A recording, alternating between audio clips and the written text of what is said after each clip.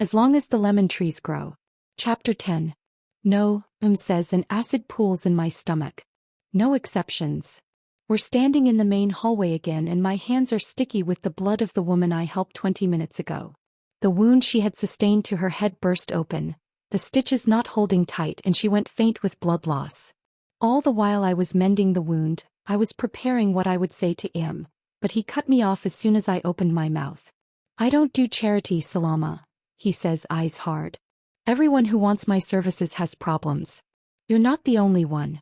I've had a father with 3 children and an ill wife ask. I said no to him and I'll say no to you as well. My jaw clenches and I dig my nails into my palms. I hate him and the way he's profiting from our terror.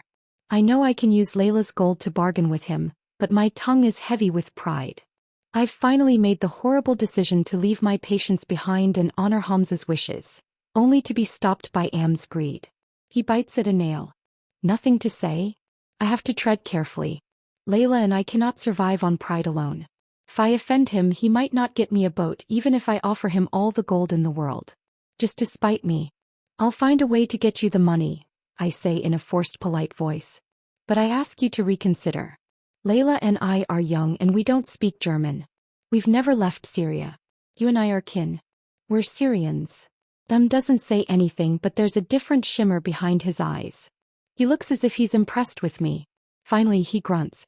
If only we could all live on chivalry. Find the money or there's no boat. And with that he walks away. When mixed together, disappointment and terror form a bitter pill whose effects are long-lasting. Its taste stays in my mouth the entire day and strengthens when I go home, bone-weary, and see Layla's crestfallen face as I tell her what Em said. She doesn't ask why I didn't offer up her gold, and I'm grateful. She just tucks me in bed and brushes back my hair. It's okay, she whispers. We'll be okay. I stare at the ceiling, feeling a hollowness in my chest. Like my heart doesn't exist there anymore and I'm surviving on whatever fragments latch to my ribs. As soon as I allowed myself to think about leaving, seedlings of hope grew in my brain, taking over my imagination. Not a mite life, but a real life with Layla and an apartment in Germany. It's cramped, but that's okay. We heal and fill it with laughter and baby Salama's drawings. And one day I find the will to pen the magical stories I have long buried deep in my mind. She and I, we make a home from what's left of our family. Layla stays with me until the dusk turns to night. I'll be right here if you need anything, okay? She says, and I nod. When she closes the door behind her, eerie silence claims her wake, and my stupid imagination picks up where it left off. Only this time, Keenan is there in our apartment. And so are his siblings. We're happy and safe and well-fed. And for a minute the night's darkness doesn't seem that bleak. That is until someone chuckles from the corner. I refuse to look. If I could summarize your life in one word, Salama. I hear the hiss of his lighter. A deep inhale. An exhale.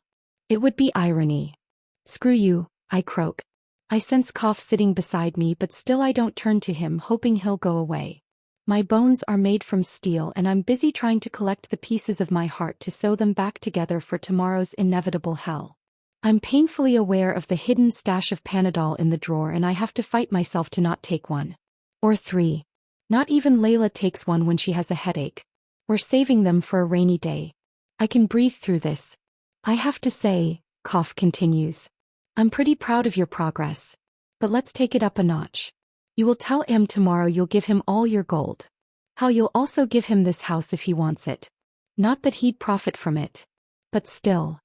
I stay quiet and find myself yearning for last night when Cough stayed away. Yearning to talk to Keenan again and see that blaze of life burning in his eyes. No, Cough says curtly. That boy is nothing but trouble. With your soft heart, his patriotic notions will easily dissuade you from leaving.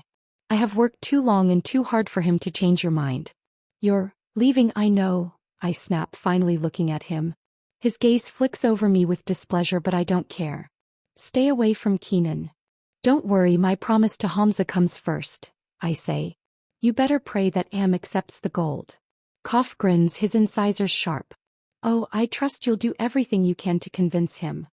He flexes his fingers, the cigarette dancing from one digit to the other, and the shadows on the walls and ceiling begin to change form. Gaping mouths and hollow eyes stare at me. Pained shrieks follow soon after, so I clamp my hands over my ears and squeeze my eyes shut. You do know what Hamza would say, don't you? Kaf's voice cuts.